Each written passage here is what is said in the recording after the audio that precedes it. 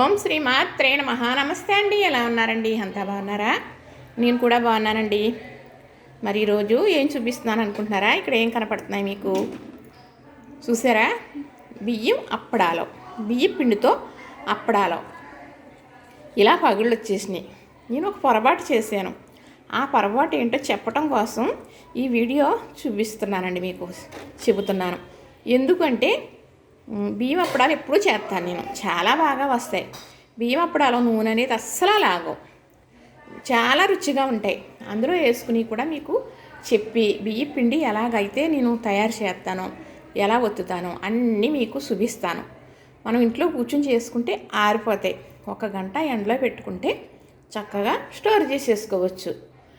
అలా కూర్చుని 4-5 రోజులు చేసుకుంటూ ఏ టీవీ చూస్తూనో ఎవరితో మాట్లాడుతూనో కూడా చేసేయచ్చు చక్కగా. అలా కనుక మీరు రోజు సరదాగా పెట్టుకుని ఇద్దరు చేస్తే ఎక్కువ అయిపోతాయి. ఒక్కరి కూర్చున్నా కూడా చేసుకుంటే 4-5 డబ్బాలు, పెద్ద పెద్ద డబ్బాలు చేసేసుకోవచ్చు. తెలుసా మరి? ఇక ఏ వడియాలు అక్కర్లేదండి. పిండి వడియాలు ఉడికించి పెడతాం కదా, ఈ నూనె లాగుతాయండి. ఒక్కో పిండిని బట్టి ఒక్కో వడియాలు నూనె లాగుతాయి. ఈ బియ్యం అప్పడాలంటే అస్సలు నూనె లాగదండి. ఇప్పుడే వేయించేనిగో చూసారా ఎంత బాగా, అస్సలు నూనె అనేదే లాగదనమాట ఈ బియ్యం అప్పడాలు. కానీ ఈ చేసే విధానం మీకు నేను క్లియర్గా చూపిస్తాను. ఒట్టి బియ్యం పిండితో ఎలా చేయాలి అనేది, ఇది పొరపాటు అనేది ఎలా చేసాను అనేది. ఇంత బాగా వచ్చినాయి అంటే చాలా బాగా వచ్చినాయి.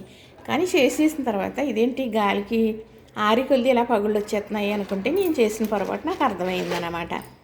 ఏంటి అనేది చెప్పనా మరి?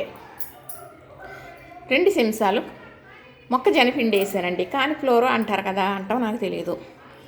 ఆ పిండి మనం పిండి వంటలు వేసుకుంటాం కదా, నూనె లాగదని కరకల్లాడుతాయని ఆ మొక్కజొన్న పిండి 2 స్పూన్లు వేసాను. అంటే జిగురు ఎక్కువ ఉంటుంది కదా, అప్పడాలు ఇంకా బాగా వస్తాయేమో అనుకుని ఎప్పుడూ చేసి పని చేయక అక్కర్లేని పని ఆ పని ఎందుకంటారో అనుకుంటే ఆ కాస్త 2 చెంచాల పిండి ఇలా పగిలిపోయినాయి అన్నమాట. నేను చేసి చూపిస్తాను. పగులు అనేదే రాదు.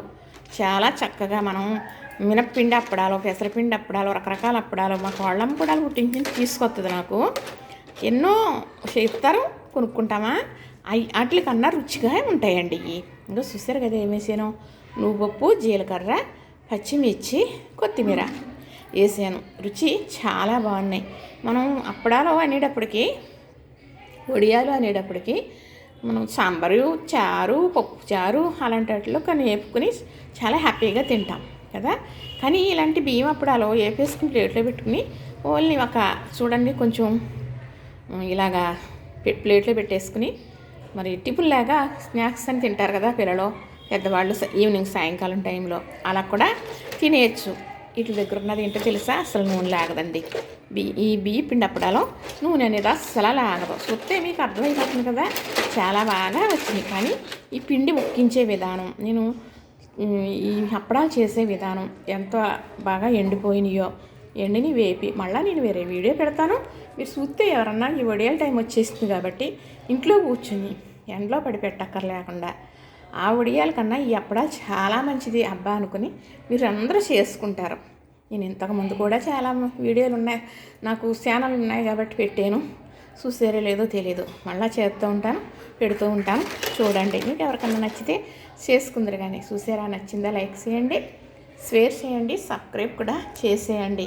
మరి మీ ఇలాంటి వాళ్ళు చూసిన వాళ్ళు లైక్ అంటే చేయండి, చేసి చెయ్యొత్తునివ్వండి. నాలాంటి పొరపాటు ఎవరూ చేయకూడదు.